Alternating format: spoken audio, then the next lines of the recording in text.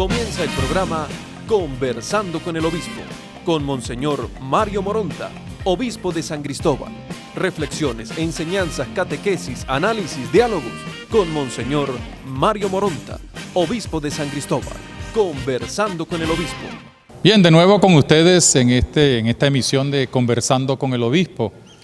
Y hoy tenemos la oportunidad y también, gracias de Dios, de conversar con el Padre Edgar Gregorio Sánchez Sánchez, quien es el párroco de Nuestra Señora del Carmen en la Concordia, pero a la vez es el asesor espiritual, director espiritual, como quieran ustedes llamarlo, de la Cofradía del Santísimo Sacramento, que es uno de los grupos apostólicos más presentes en nuestra diócesis. Prácticamente casi todas las parroquias deben tener una célula pues de la cofradía. Lo saludamos y le preguntamos al inicio pues qué significa o qué son los diversos grupos, qué es la Cofradía del Santísimo Sacramento. Bueno, pues muchas gracias, Monseñor, por la invitación hecha pues para acompañarlo en esta fiesta del Corpus Christi. Por supuesto es una invitación hecha a la cofradía. Si hubiese sido un pleno eucarístico esto estuviese full, pero bueno, las circunstancias no lo permiten. Primero, la Cofradía del Santísimo Sacramento pues es un movimiento de apostolado seglar. Y este movimiento de apostolado seglar tiene como núcleo la devoción eucarística. Entonces, el cofrade está llamado primero a cultivar como espiritualidad para su santificación el amor a la Eucaristía y al mismo tiempo custodiar la devoción eucarística. Cuando yo me reúno con los cofrades hago referencia a un cofre, ¿no?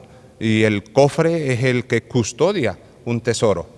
Y de ahí viene también incluso la palabra custodia, ¿no? que custodia aquel tesoro. Y el cofrade pues debe ser el cofre que custodia el tesoro de la iglesia. Los dos grandes tesoros de la iglesia, que es la Eucaristía y los pobres, ¿no? Un poco como de síntesis.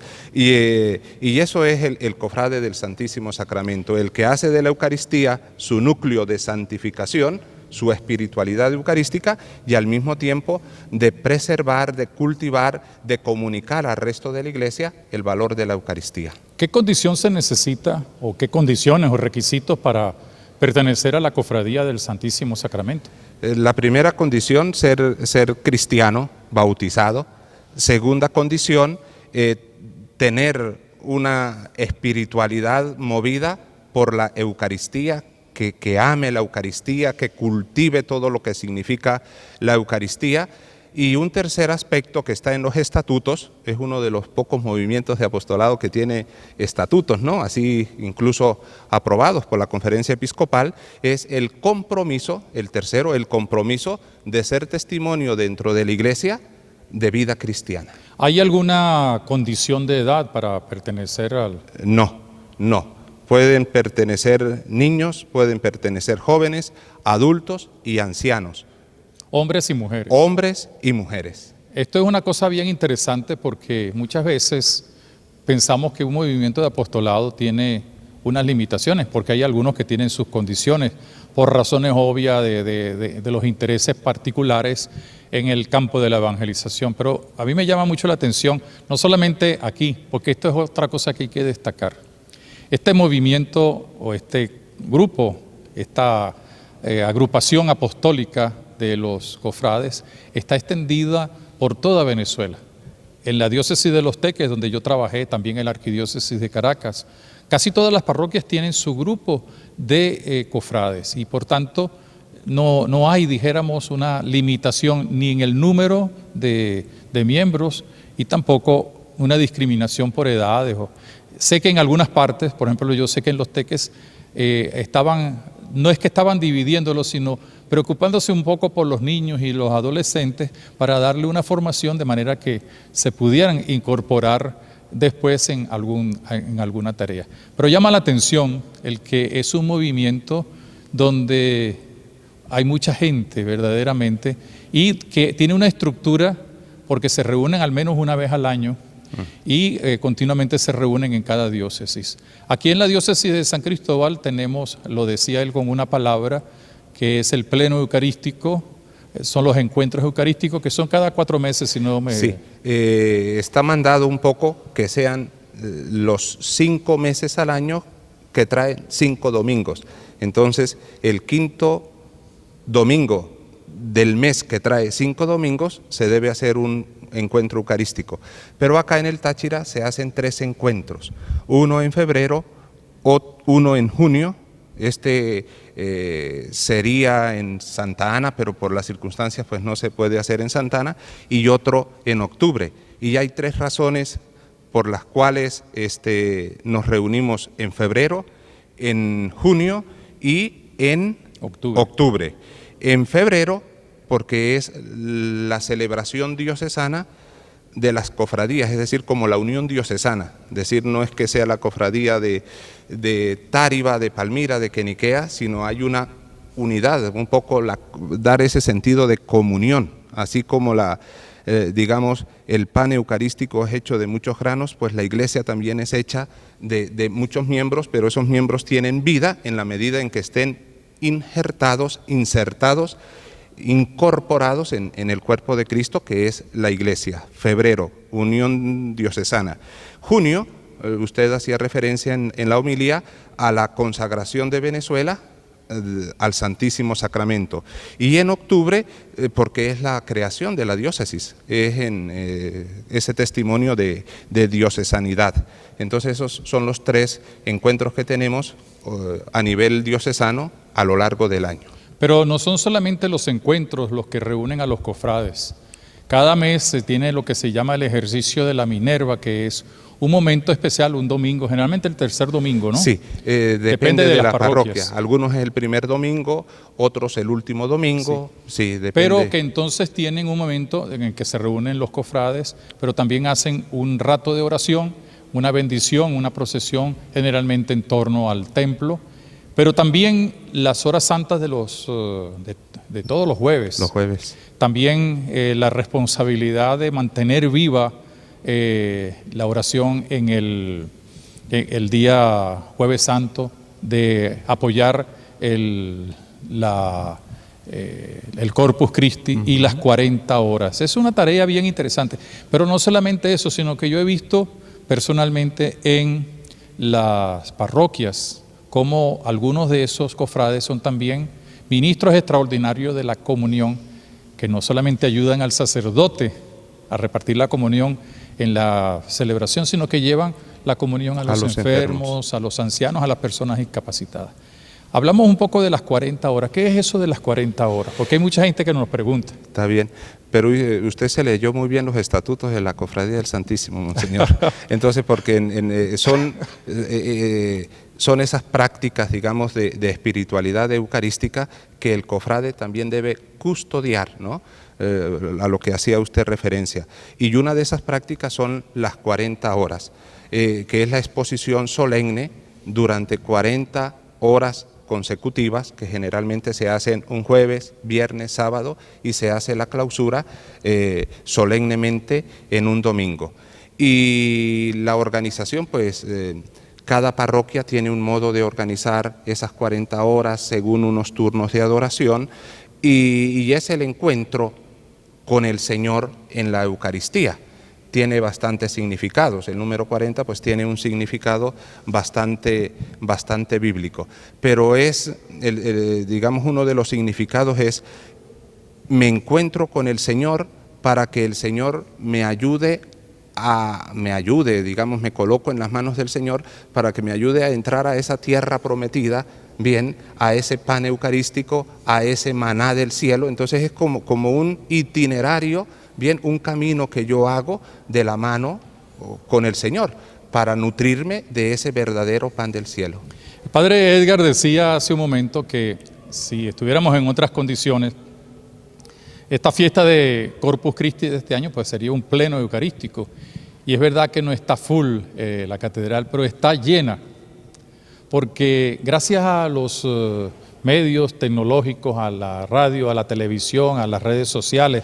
Veo que en tu parroquia tú también tienes transmisiones, como en otras parroquias, en la frontera. Estamos llegando quizás a más gente de la que nos imaginábamos, porque no solamente le llegamos ahora al enfermo o a las personas que están en las aldeas lejanas, valga la redundancia, la repetición, sino también a mucha gente que a lo mejor, como no tiene nada que hacer, empezó a ver nuevamente la celebración, y hemos tenido testimonios muy bonitos de gente que nos ha escrito. Por eso yo diría que no estamos full de gente, pero sí estamos en la plenitud de mucha gente que nos acompaña, y yo estoy seguro que este año el Señor, en medio de esta pandemia, nos va a bendecir con muchos católicos que se están incorporando. Fíjate que incluso seminaristas nos han dicho, los que están en el equipo de pastoral vocacional, que hay muchos jóvenes que se están presentando con deseos de pensar su vocación. Y también hay mucha gente que nos escribe en los cursos, en las charlas, a través de los diversos medios, que nos dicen: ¿cómo hago yo para incorporarme más a la iglesia? ¿Cómo haría una persona que hace mucho tiempo se alejó para incorporarse poco a poco? Obviamente no de la misma manera ahora que tenemos la pandemia, pero cuando ya esto vaya entrando en una nueva normalidad, que no será la normalidad de antes.